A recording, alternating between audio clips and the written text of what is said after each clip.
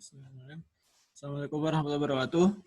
Ya, sekarang kita setelah memahami koordinat horizon dan ekuator, mau melihat penerapannya atau satu benda langit yang dia tuh bergerak-gerak di langit ya, yaitu matahari.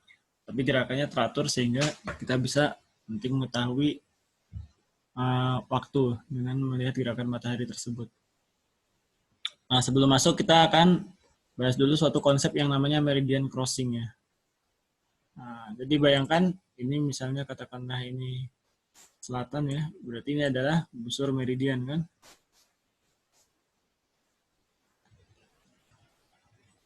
Selatan berarti sana ke barat, sana ke timur. Oke. Suatu bintang ya, terbit. Terus dia tambah tinggi, tambah tinggi, tambah tinggi. Paling tinggi kan saat di meridian ya, kulminasi atas. Terus dia terbenam. Nah, saat dia melewat meridian ini namanya meridian crossing. Oke.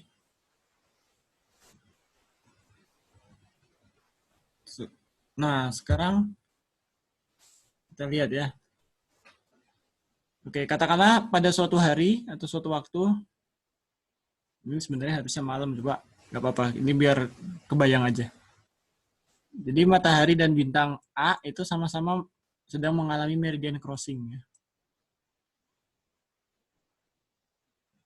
Keesokan harinya, saat matahari mengalami meridian crossing, apakah bintang A juga mengalami meridian crossing? Jawabannya ternyata enggak.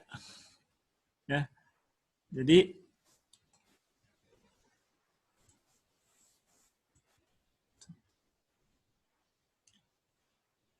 Jadi saat misalnya hari ini dua-duanya lagi meridian crossing ya.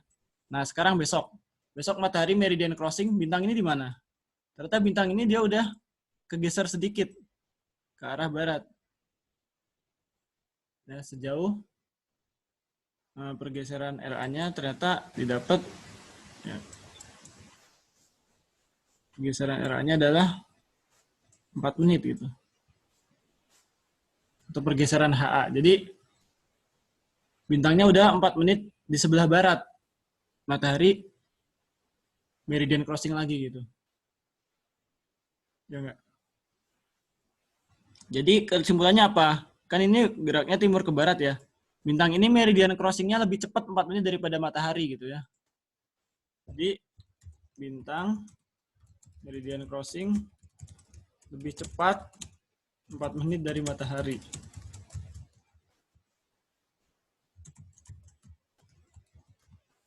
Nah, padahal kita tahu posisi bintang itu relatif tetap di langit. Berarti yang bergerak apa? Yang bergerak matahari. Berarti kesimpulannya apa? Matahari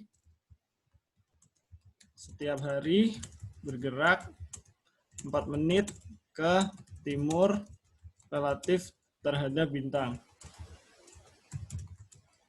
Gitu ya. Jadi kalau bergerak ke timur berarti RA-nya berubah terus karena relatif terhadap bintang kan. Bintang-bintang RA-nya tetap. Matahari gerak ke timur, RA-nya berubah setiap hari.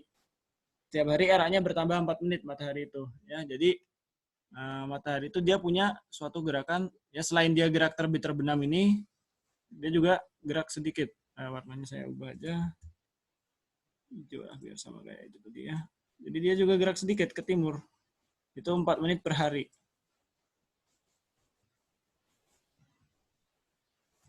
4 menit per hari ya. Gerakan dia ke timur. Apakah hanya itu saja gerakan matahari? Kata enggak. Ya, kalau teman-teman lihat ada benda di Indonesia juga ada sebenarnya beberapa candi itu disinyalir memiliki fungsi yang mirip dengan Stonehenge. Stonehenge ini monumen batu di Inggris.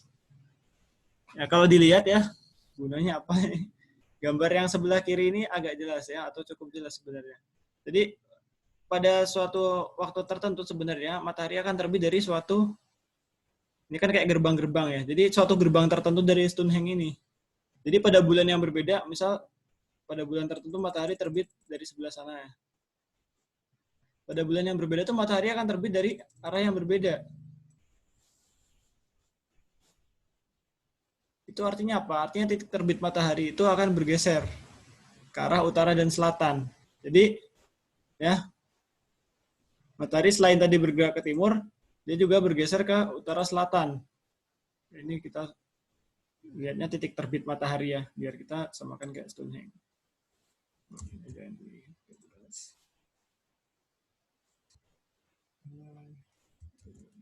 Timur ya, berarti sana ke utara, sana ke selatan.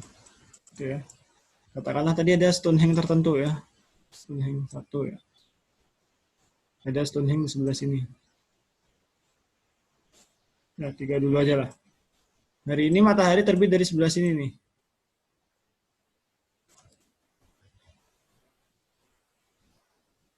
Kalau hari ini tanggal atau sekitar bulan Maret, maka besoknya matahari akan terbit dari sebelah sini. Dia bergeser ke arah utara. Terus. Ya. Azimut terbitnya akan terus bergeser ke arah utara. Kenapa bisa begitu? Ini kita pakai anggap pengamat di ekuator ya, biar mudah dulu. Nggak harus sebenarnya. Ini ekuator langit. Karena deklinasi matahari berubah ke arah utara. Sampai dia maksimum 23,5 derajat. Ya. Setelah dia 23,5 derajat, dia akan balik. Jadi dia nggak akan lebih dari 23,5 derajat. Nah, ini namanya titik balik utara. Terus balik, besoknya terbit, geser ke arah selatan lagi. Selatan, selatan, selatan, sampai suatu saat terbit di timur lagi. Terbit di timur lagi pada sekitar bulan September. Nah, jadi tadi ada dua keadaan tapi berbeda ya. Kalau dia terbit di timur bulan Maret, kalau bulan Maret besok dia ke utara. Kalau dia terbit di timurnya bulan September, besok dia ke selatan. Terus ke selatan, selatan, selatan. Ya. Sampai pada suatu saat maksimum nih. Maksimum ini sama dengan yang utara tadi. Maksimumnya juga 3,5 derajat. 23,5 derajat ke arah selatan. Ya, deklinasi maksimum selatannya 23,5 derajat. Terus dia balik arah. Namanya titik balik selatan gitu ya. Jadi ada dua titik balik ya. Titik balik utara dan juga titik balik selatan.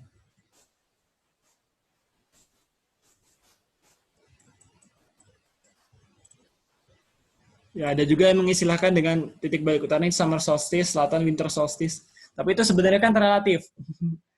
Titik balik utara ini kalau menurut pengamat di belahan bumi selatan, winter solstice. Kalau menurut pengamat di belahan bumi utara, summer solstice.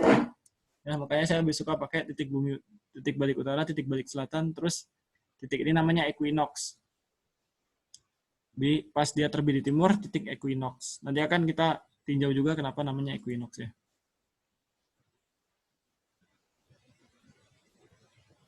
Nah, jadi ya kalau teman-teman lihat ya, gerak semu matahari ada dua macam tadi kan.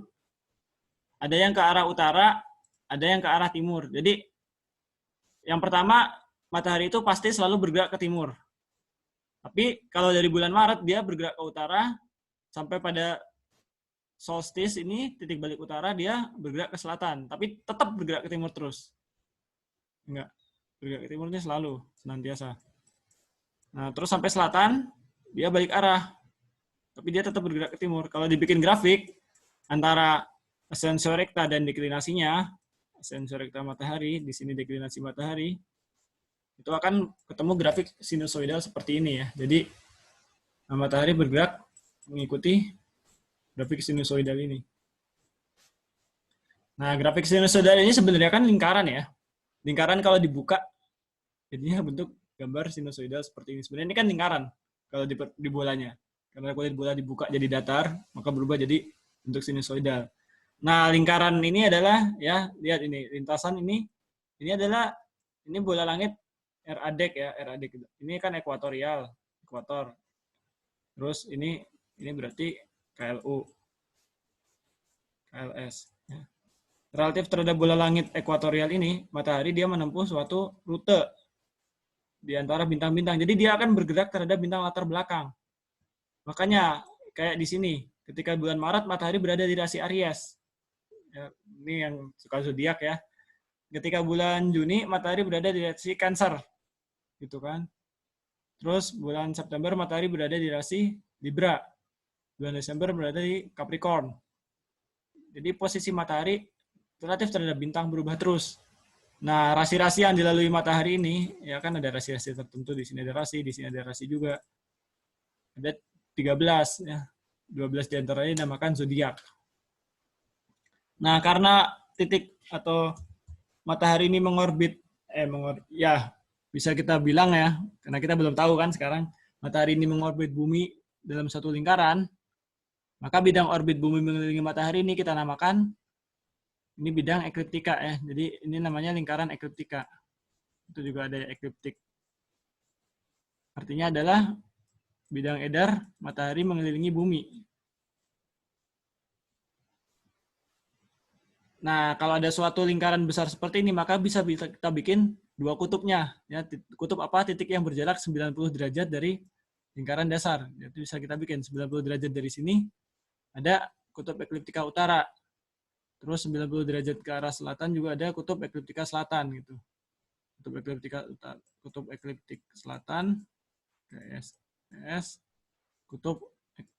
ekliptik utara.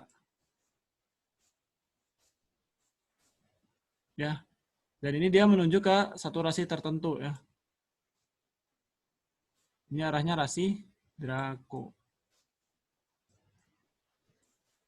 Nah, enggak, karena ini kan ekliptik, nanti akan kita pelajari ya, tapi ekliptik ini relatif tetap di langit. Ya. Makanya arah yang ditunjuk ini juga nggak berubah. Mataharinya ya berubah, karena matahari di sepanjang lingkaran, matahari kan berupa titik, di sepanjang lingkaran ekliptika ini dia berjalan-jalan gitu kan. Tapi arah kutub utara ekliptika kan nggak berubah relatif terhadap bintang latar belakang. Arah kutub utara ekliptika ada di rasi Draco. Oke, bukan aja. Rasi Draco. Ya, jadi itu arah kutub ekliptika utara. Nah, kita bisa cari tahu juga koordinat matahari setiap hari. Karena ini fungsi sinusoidal, maka ada ya alfa matahari itu sama dengan sebagai fungsi tanggal ya 2pi per P ya, 2pi dibagi periode kan gitu ya rumusnya. 360 derajat bagi periode, periodenya kan 365,25 hari. Kalikan selisih tanggal dari 21 Maret. Kenapa? Karena 21 Maret saat itu asensio rektanya 0 di sini. Deklinasinya gimana? Memang aja deklinasi sebagai fungsi tanggal amplitudo sin alfa. Ini kan rumus sinusoidal ya. Bisa kita gunakan fungsi sinusoidal untuk mencari alfa dan deltanya. Delta sun sama dengan maksimumnya kan 23,5 nih. 23,5 kali sin alfa matahari bergantung tanggal. Nah, alfa matahari sebenarnya nggak semulus ini, ada sedikit variasi. Nah, mungkin akan dibahas di teman saya yang membahas tentang waktu ya. Oke. Nah, kita lihat sedikit studi kasus ya. Jadi ini sundial waktu sholat di Kairouan, Tunisia kalau nggak salah. Jadi arah bayangan itu berubah-ubah karena matahari terbit di timur, terbenam di barat gitu kan. Ya bayangin matahari terbit gitu kan. Arah bayangannya ke sana. Terus nanti matahari di sini, arah bayangannya berubah ke sana kan gitu ya. Nah, pas matahari ada di meridian sini, berarti itu waktu zuhur. Terus kan bayangannya berubah ke arah sebaliknya. Nah, waktu zuhur itu terjadi ketika panjang bayangannya kayak gimana coba? Bayang nggak? Coba kalau subuh atau asar kan, pagi atau sore panjang bayangan panjang banget nah kalian.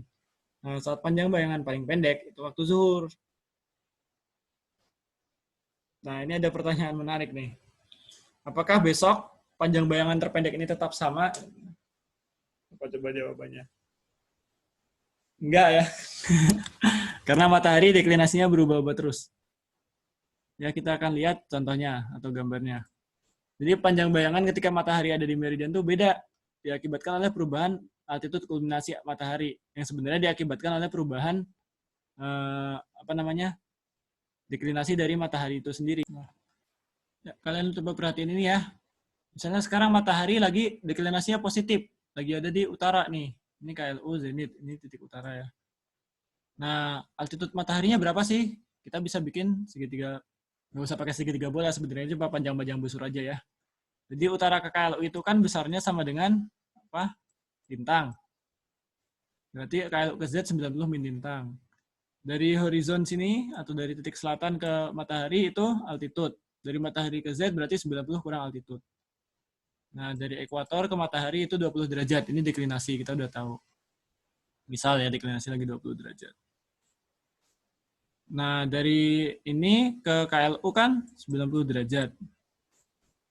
Berarti pakai aljabar simpel aja kita bisa tahu 90 minus altitude matahari ya, ditambah 90 kurang lintang sama dengan tambah lagi ditambah